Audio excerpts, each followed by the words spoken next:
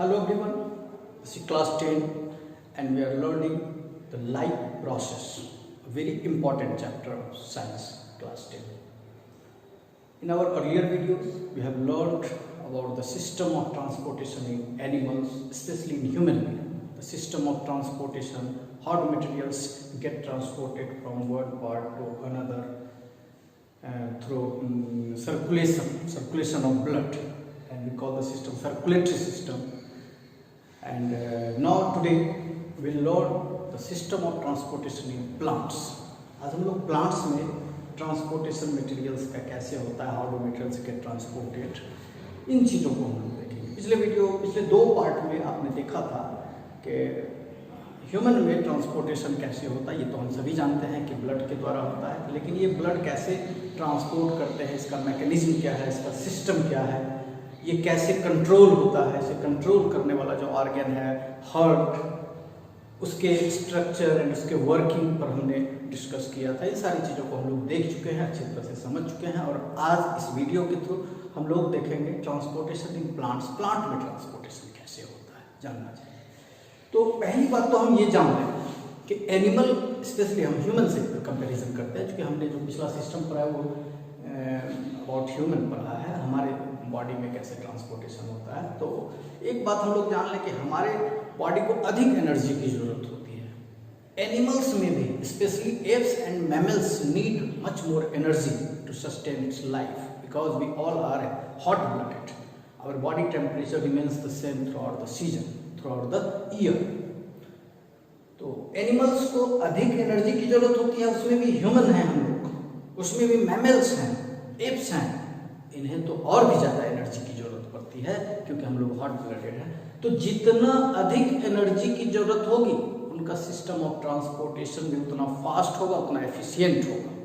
इसकी चर्चा भी हमने वीडियो नंबर 2 में की थी, सेकेंड वीडियो इस चैप्टर का। लेकिन plants need comparatively very less amount of energy to sustain its life.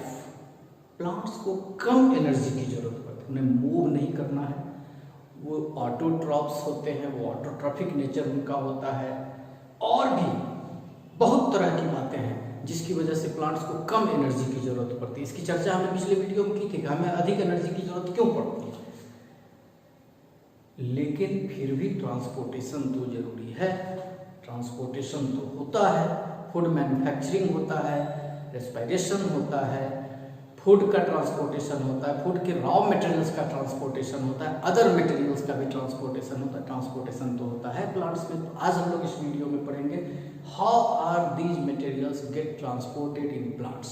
तो मोस्टली प्लांट में दो तरह के ट्रांसपोर्टेशन की चर्चा हम लोग करेंगे।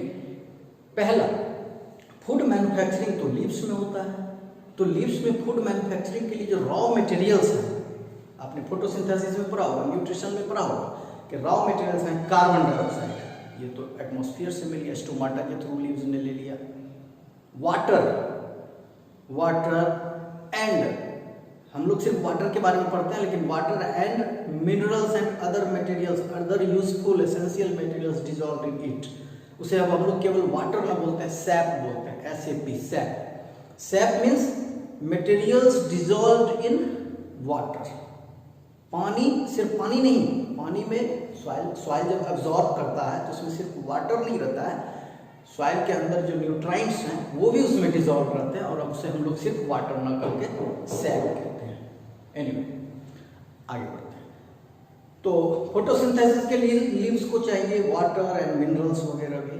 वो कहाँ से आएगा? रूट से आएगा। रूट में है, it will be absorb by our root, then all these materials, especially water means sap, will be transferred to the vascular tissues of stem and its branches, and then finally it will reach to the cells of leaves. ये एक system बनता है। ठीक उसी तरह से food manufacturing leaves में होता है थ्रू फोटोसिंथेसिस। ये फूड की जरूरत केवल लीव्स को तो नहीं है, हर पार्ट को है फूड की जरूरत। तो फूड का ट्रांसपोर्टेशन फिर कैसे होगा? हर पार्ट को चाहिए, पूरे प्लांट के बॉडी पार्ट्स को चाहिए ये फूड, तो वो भी ट्रांसपोर्ट करना पड़ेगा।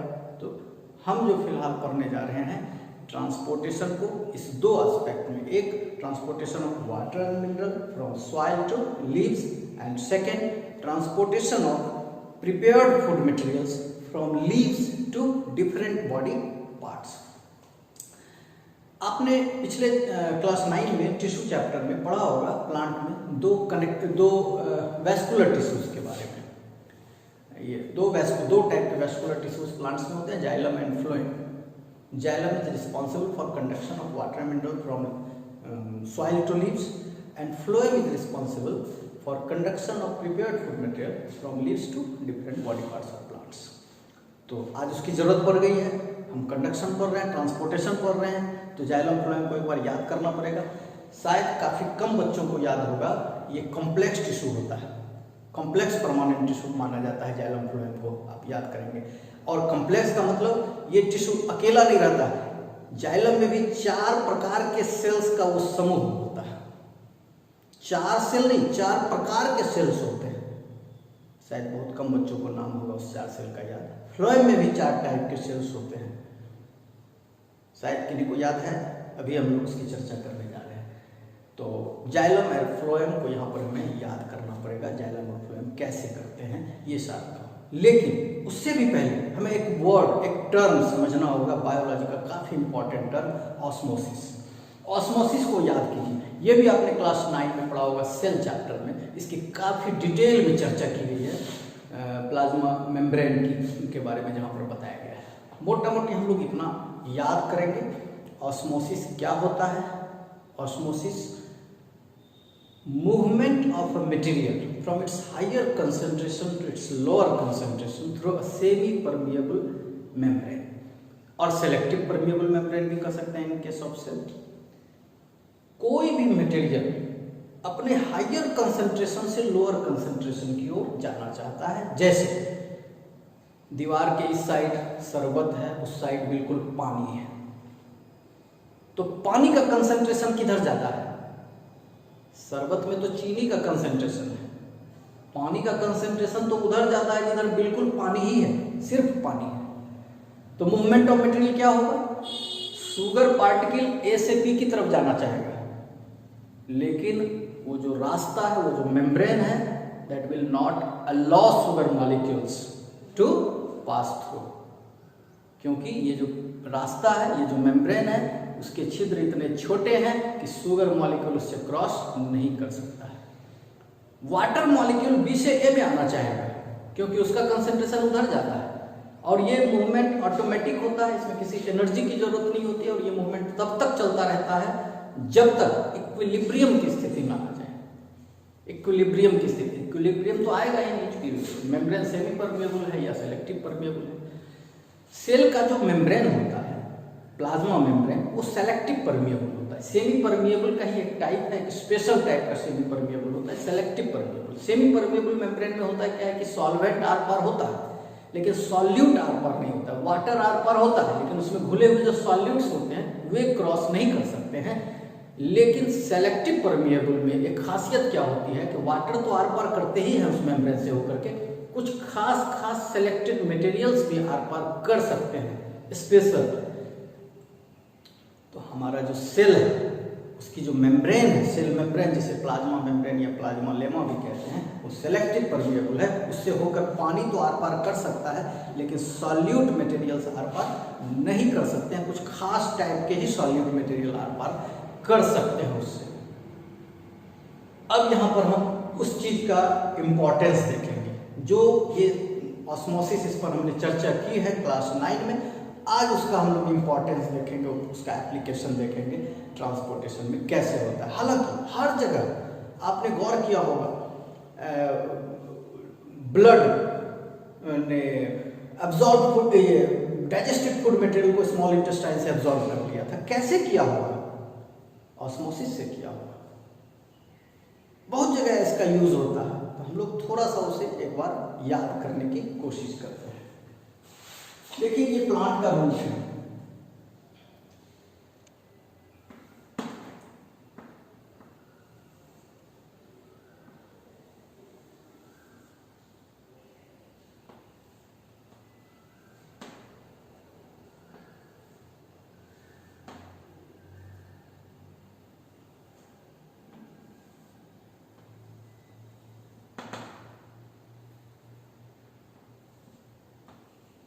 ये प्लांट का रूट है।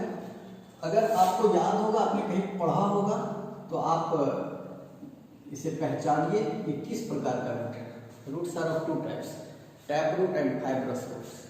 तो आप पहचान सकते हैं ये कौन सा रूट है। फाइब्रस रूट तो नहीं है, फाइब्रस तो बिल्कुल झाड़ू की तरह का होता है।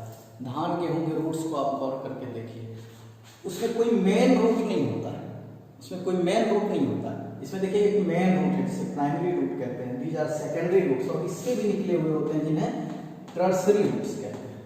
टर्सरी रूट्स इस तरह से सब पतले होते चले जाते हैं और सॉइल्स में जाकर काफी दूर तक पेनिट्रेट करते हैं, ताकि कहीं भी वाटर मिनरल्स वगैरह हो तो उसका एब्जॉर्प्शन, मैक्सिमम एब्जॉर्प्शन ये अश्योर हो सके। ठीक है, लेकिन फाइब्रस रूट में ऐसा नहीं होता है। फाइब्रस रूट में प्लांट का जो मेन स्टेम जहाँ से वो जमीन से जुड़ा हुआ रहता है, वहीं से ढेर सारे रूट्स निकल जाते हैं। इसमें कोई मेन नहीं होता है, कोई प्राइमरी रूट नहीं होता है, सब अपने आप में मेन होता है।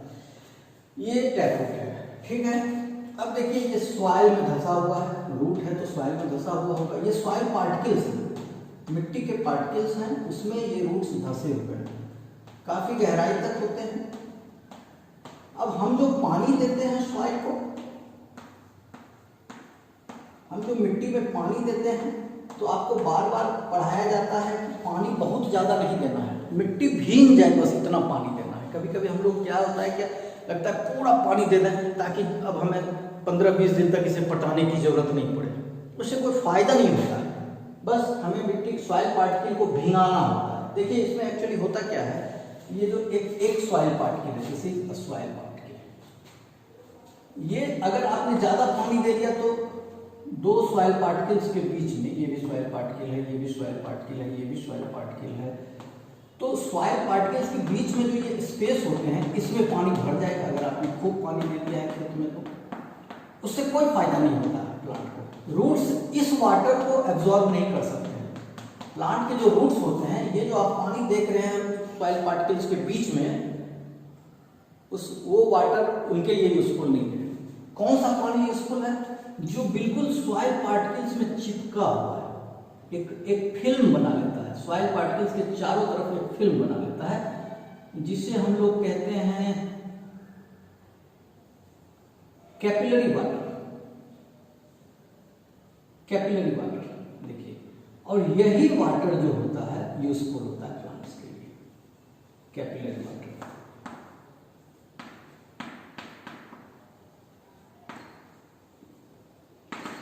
Capillary water. एनीवे, अब देखते हैं रूट्स पतले होते चले जाते हैं और लास्ट में आप देखेंगे रूट हेयर्स होते हैं, वो बिल्कुल कुछ ही सेल्स के होते हैं रूट हेयर्स। सॉइल पार्टिकल्स के बीच में काफी पेनिट्रेट किए हुए रहते हैं ये रूट हेयर्स। अब देखिए आप गौर कीजिए इसके मैकेनिज्म को। ये सॉइल पार्टिकल है, ये भी सॉइल पार्टिकल है, और ये रूट फैला हुआ है।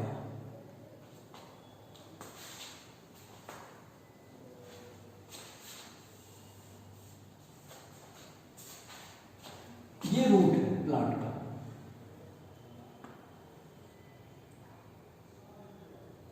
रूट के ब्रांचेस हैं इस तरह से, और ये सॉइल पार्टिकल्स हैं। तो ये जो रूट आपको दिख रहा है, ये जो रूट्स आपको दिखाई दे रहे हैं, तो ये रूट ऐसे, इसे अगर मैग्नीफाई करके आप देखेंगे तो ये इस प्रकार से सेल्स से बने हुए होंगे। ये अगर रूट है एक, तो इसमें ढेर सारे सेल्स होंगे इस ढंग के।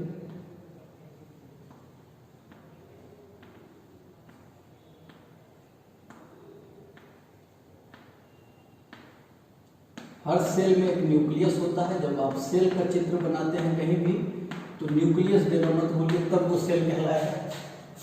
ठीक है, तो ये एक रूट का बहुत ही छोटा हिस्सा है, अंश है, जिसे हम मैग्नीफाई करके देख रहे हैं। अब देखिए ये रूट जब मिट्टी में पेनिट्रेट कर गया है, काफी गहराई तक ये चला गया है, तो सॉइल पार्टिकल से ये घिरा हुआ, सॉइल पार्टिकल्स के बीच में चला गया है। अब देखिए यहाँ वाटर है, मिनरल्स भी हो सकते हैं उनके साथ, अगर मिनरल भी है और अदर न्यूट्राइंट्स भी हैं, नाइट्रेट्स वगैरह भी हैं, सब कुछ है। अब रूट वाटर का एब्जॉर्प्शन कैसे करता है, इस चीज को समझना है। रूट वाटर का एब्जॉर्प्शन कैसे करेगा, कोई ताकत नहीं लगाना पड़ता है, ऑटोमेटिक प्रोसेस है, इसे पैसिव ट्रांसपोर्ट कहते हैं बायोलॉजी में। ये यहां पर बाहर में देखिए पानी ज्यादा है और रूट के जो सेल है उसके अंदर क्या है, प्रोटोप्लाज्म है। तो रूट के सेल में प्रोटोप्लाज्म है, तो प्रोटोप्लाज्म एक प्रकार का लिक्विड है, लेकिन बिल्कुल पानी जैसा पतला तो नहीं है, वो तो थोड़ा गाढ़ा होगा पानी से। तो आप ये समझिए ऑस्मोसिस को याद करते हुए कि वाटर का मूवमेंट किधर से किधर होगा, इधर बिल्कुल पतला पानी है, बाहर में वाटर है या थोड़ा बहुत मिनरल्स न्यूट्राइंट्स भी मिले, लेकिन अंदर में प्रोटोप्लाज्म है। सेल के अंदर, रूट के सेल के अंदर प्रोटोप्लाज्म तो गाढ़ा होता है, ऑटोमेटिकली पानी जो है वो बाहर से अंदर सेल की ओर चला जाएगा। पानी का मूवमेंट बाहर से सेल की ओर होगा, बाहर वाला पानी सेल की ओर जाएगा, मूवमेंट सेल की ओर होगा। क्यों होगा, क्योंकि वाटर का कंसंट्रेशन सेल में कम है, सेल गाढ़ा है, वाटर का कंसंट्रेशन बाहर में जाता है, तो ये पानी ऑटोमेटिकली इनके रूट्स में चला जाता है। अब देखिए ठीक है, यहाँ पर के जो सेल्स हैं रूट के, उनमें वाटर आ गया, वाटर आ गया। ये रूट जो है जुड़ा हुआ है मेन रूट से, मेन रूट से जुड़ा हुआ है। तो मेन रूट के सेल्स जो होंगे, ऊपर वाले जो सेल्स होंगे मेन रूट्स के,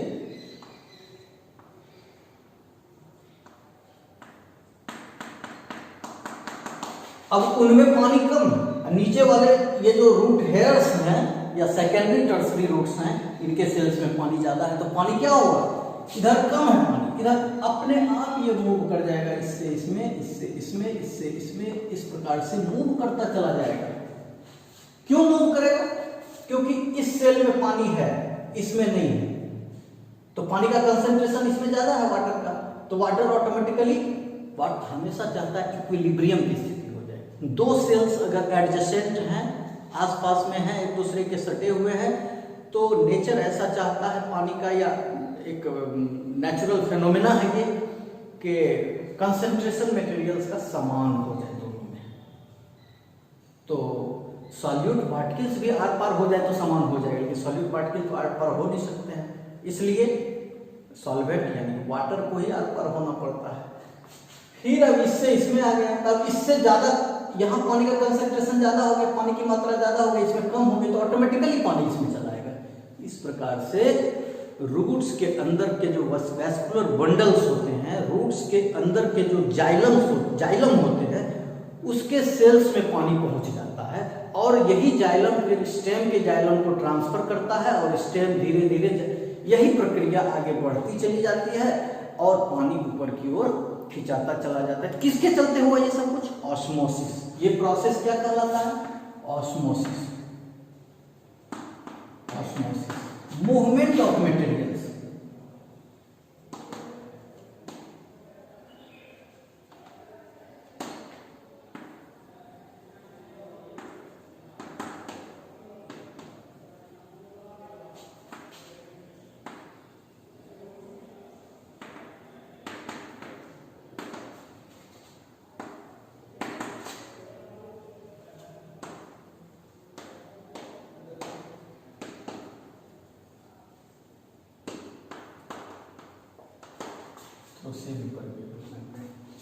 तो ये ऑस्मोसिस के चलते पानी ऑटोमेटिकली खिंचाता चला जाता है, तो एक प्रकार का प्रेशर डेवलप हो गया, नीचे वाले से ऊपर, इससे उसमें, उससे उसमें, उससे उसमें, ऐसे करते हुए पानी ऑटोमेटिकली मूव करता जा रहा है, और एक प्रकार का प्रेशर क्रिएट हो जाता है, जिस प्रेशर के चलते पानी आगे की ओर ऑटोमेटिकली बढ़ता जा रहा है, और इधर से रूट से खींचते जा रहा है, ऊपर की ओर बढ़ता जा रहा है, रूट से स्टेम, स्टेम से ब्रांचेस, ब्रांचेस से देन लीव्स। इस प्रकार एक प्रेशर क्रिएट होता है, जिसे ऑस्मोटिक प्रेशर कहते हैं।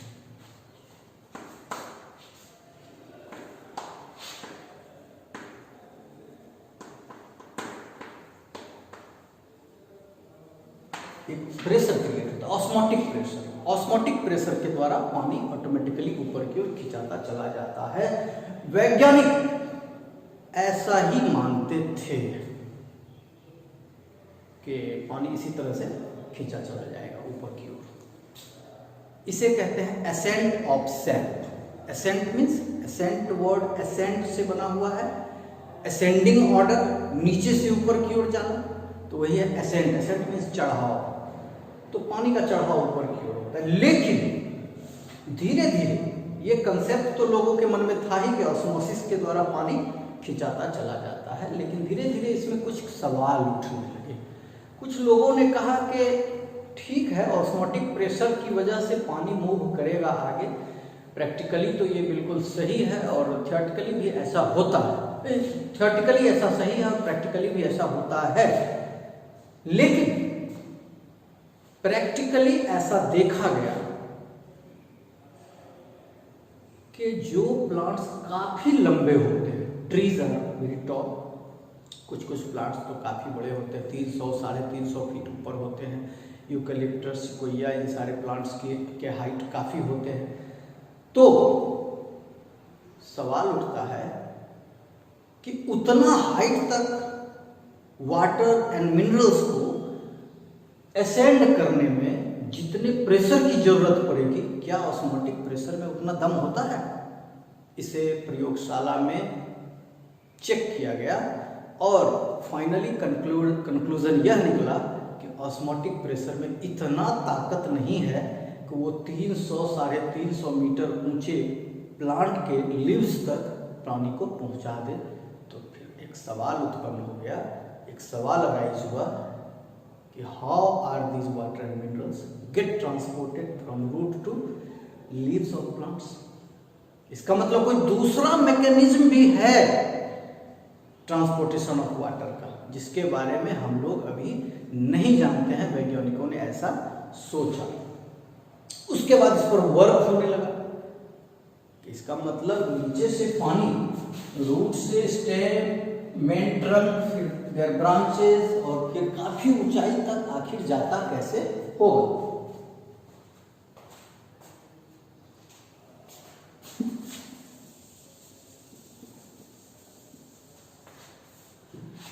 उसके बाद डिक्सन एंड जॉली का एक थ्योरी आया था, जिसे हम लोग आज पढ़ते हैं, आज जानते हैं, और इस कंफ्यूजन को दूर किया गया। डिक्सन एंड जॉली का ट्रांसपायरेशन पुल थ्योरी का आया था। Transpiration pull theory, transpiration pull theory क्या कहता है? बहुत ही इंटरेस्टिंग है। आप जानते होंगे, बहुत सारी प्रैक्टिकल बातों को हम गौर केवल नहीं करते हैं, और पानी क्यों ऊपर खींचा जाता है इसे समझते हैं। तो डिक्सन एंड जॉली ने बताया था कि देखिए, ये ऑस्मोटिक प्रेशर में तो सचमुच इतना दम नहीं है कि उतनी ऊंचाई तक पानी को ले जाए, तो फिर पानी पहुंचता कैसे ऊपर के लीव्स तक? बोला कि आप जानते हैं कि नॉर्मल प्लांट्स में, खास करके जो ट्रीज होते हैं ऊंचे ऊंचे, ट्रांसपायरेशन तो कंटिन्यूअसली होता है। ट्रांसपायरेशन आप याद कीजिए किसे कहते हैं, नीचे के क्लासेस में आपने पढ़ा होगा। Elimination of excess of water through the stomata of leaves is transpiration। ऐसा कहा जाता है कि रूट्स जितना वाटर का एब्जॉर्प्शन करते हैं, उसमें से मैक्सिमम पानी ट्रांसपायर हो जाता है, इवेपोरेट कर जाता है। कुछ ही वाटर, उसकी कुछ ही परसेंटेज ऑफ वाटर का यूज फूड मैन्युफैक्चरिंग में होता है। मैक्सिमम पानी एलिमिनेट कर दिया जाता है, बाहर निकाल दिया जाता है। इस प्रोसेस को ट्रांसपायरेशन कहते हैं।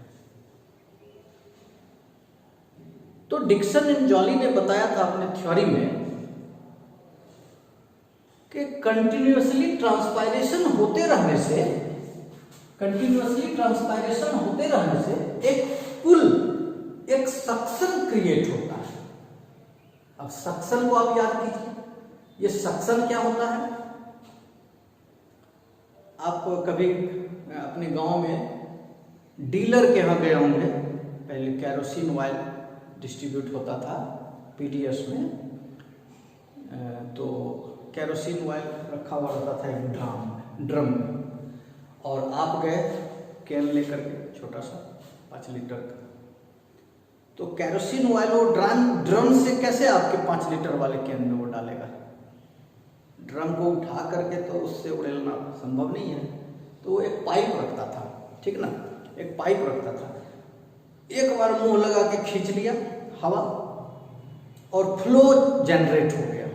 अब वो फ्लो टूटने वाला नहीं है जब तक उसे तोड़ा नहीं जाएगा, या नहीं तो फिर पूरी तरह से ड्रम का केरोसिन खत्म हो जाए या बीच में डिस्टर्ब कर देगा। इसे ही सक्शन कहते हैं। सक्शन कहता है ट्रांसपायरेशन पुल जो है वो जस्ट मुंह से जैसे हवा जब मुंह से पाइप में खींचते हैं केरोसिन ऑयल को, वही काम ट्रांसपायरेशन यहां पर कर रहा है प्लांट्स में, specially higher and taller plants.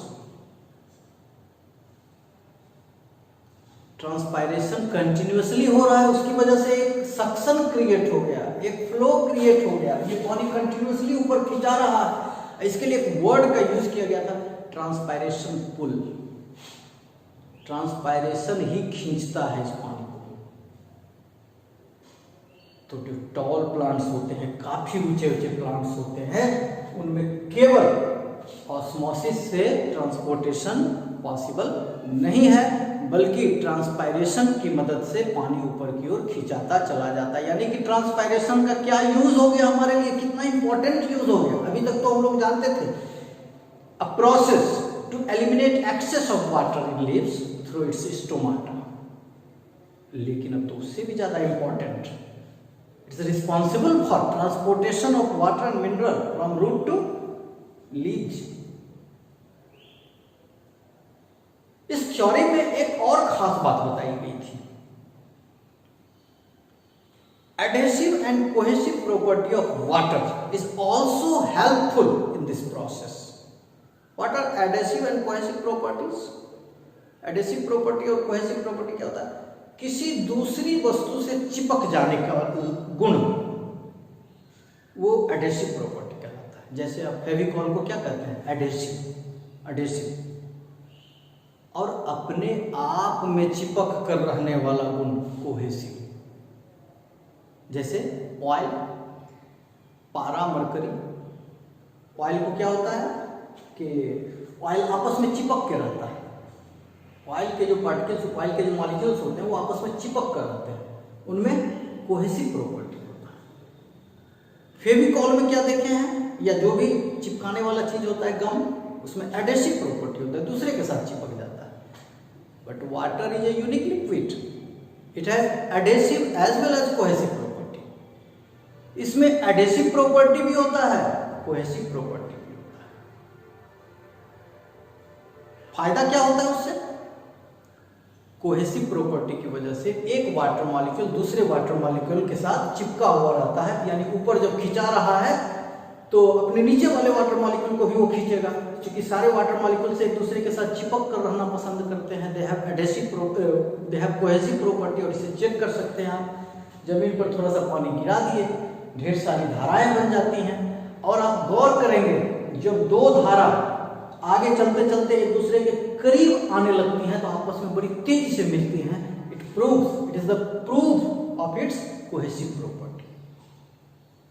Adhesive property, पानी को कहीं भी गिरा दीजिए वो जगह भीग जाता है, यानी कि किसी भी दूसरे सरफेस पर भी यह चिपक जाता है। और अगर ये प्रॉपर्टी नहीं होता तो हम पानी से स्नान नहीं कर सकते थे, किसी चीज को धो नहीं सकते थे। पानी थोड़ा सा कहीं पर छींट देंगे वो पार्ट भीग जाता है। Water is a unique liquid, it has adhesive as well as cohesive property. पानी में दोनों लक्षण होता है।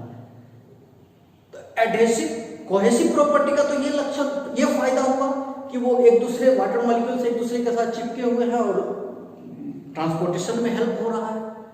एडेसिव प्रॉपर्टी का क्या फायदा हुआ? तो आप जानते हैं ये जो वाटर कंटिन्यूअसली ऊपर की ओर मूव करते हैं तो जाइलम होता है, एक प्रकार का टिश्यू है जिसमें ट्यूबुलर सेल्स होते हैं, एक दूसरे को फॉलो करते हैं। अब मैं फिर से आपको याद दिला रहा हूं जाइलम एंड फ्लोएम को।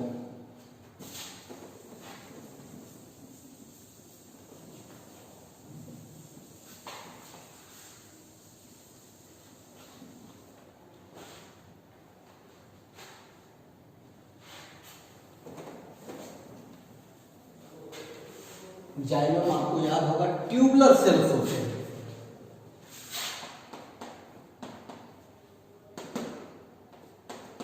जाइलम दो तरह के ट्यूबुलर सेल्स होते हैं।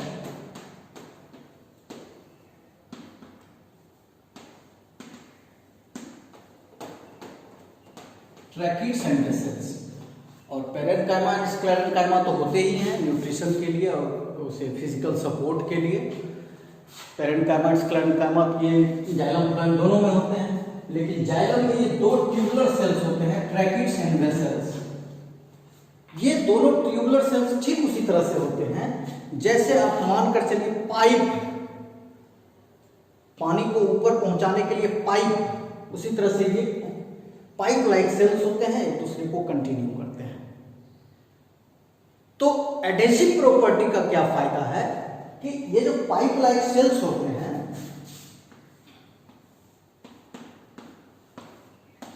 जो पाइप लाइक सेल्स होते हैं, तो इसकी दीवार से भी ये चिपके हुए रहते हैं वाटर, यानी कि ऊपर चढ़ रहे हैं तो एक हाथ से जो है पकड़े हुए हैं ऊपर वाले को, जो वो हमको खींच रहा है, और दूसरे हाथ से दीवार को भी पकड़े हुए हैं, कहीं गिर ना जाए, ड्रॉप ना हो जाए पानी।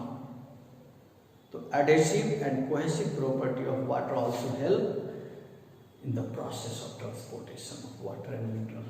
तो इस प्रकार से सैप का एसेंट होता है प्लांट्स में। इस मैकेनिज्म को हम लोग आज भी मानते हैं। दोनों मैकेनिज्म साथ साथ चलता है, ऐसा नहीं कि ये ऑस्मोसिस फेल करेगा, ऑस्मोसिस भी होता है, लेकिन जो टॉलर प्लांट्स हैं वहां ये ऑस्मोसिस से तो पॉसिबल नहीं है। तो दोनों काम होता है। अब आप गौर कीजिए, अभी मैंने आपको बताया food is absorbed in ileum by blood vessels. क्या मैकेनिज्म होगा?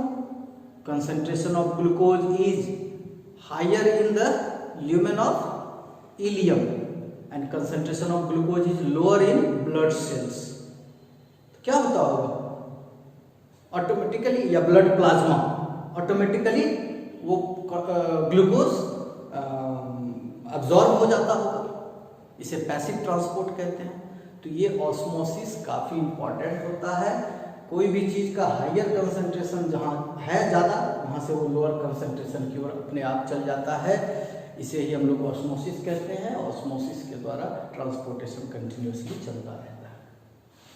लीव्स में फूड तो बन गया, इस फूड को भी तो हर जगह जाना है, फूड का ट्रांसपोर्टेशन भी होना है। तो फूड का ट्रांसपोर्टेशन कैसे होगा?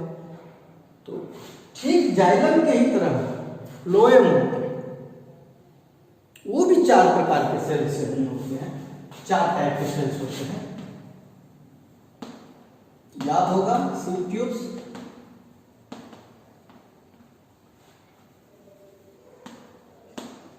And companion cells.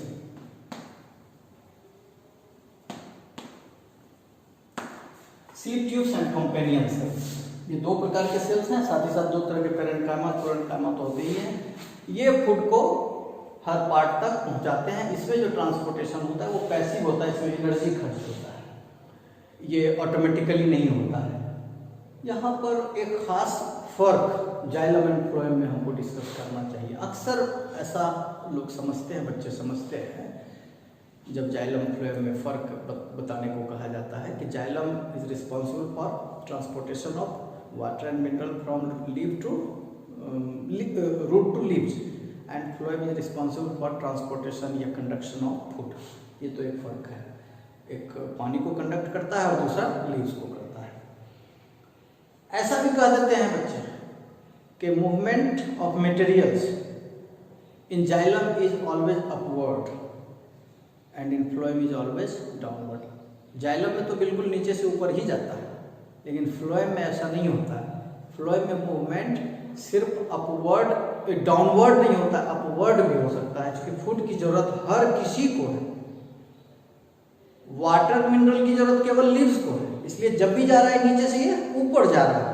लेकिन प्रिपेयर्ड फूड मटेरियल्स की आवश्यकता हर किसी को है, इसलिए वो जो मूवमेंट होता है वो upward as well as downward होता है। तो इस प्रकार से हम लोगों ने ट्रांसपोर्टेशन को देखा, प्लांट के ट्रांसपोर्टेशन को, और इस प्रकार से हमारा ये सिस्टम ऑफ ट्रांसपोर्टेशन 3 वीडियो में करीब करीब समाप्त हो गया है। कुछ छोटी मोटी बातें अगर होंगी क्वेरीज के लिए तो उसके लिए हम लोग ऑनलाइन क्लास अरेंज करेंगे जब ये चैप्टर पूरी तरह से खत्म हो जाएगा। और अब हमारा एक और सिस्टम रह गया है, एक्सक्रीटरी सिस्टम। तो अगले 1-2 वीडियो में हम लोग उस एक्सक्रीटरी सिस्टम को पढ़ेंगे और पढ़कर इस पूरे चैप्टर को कंक्लूड करेंगे।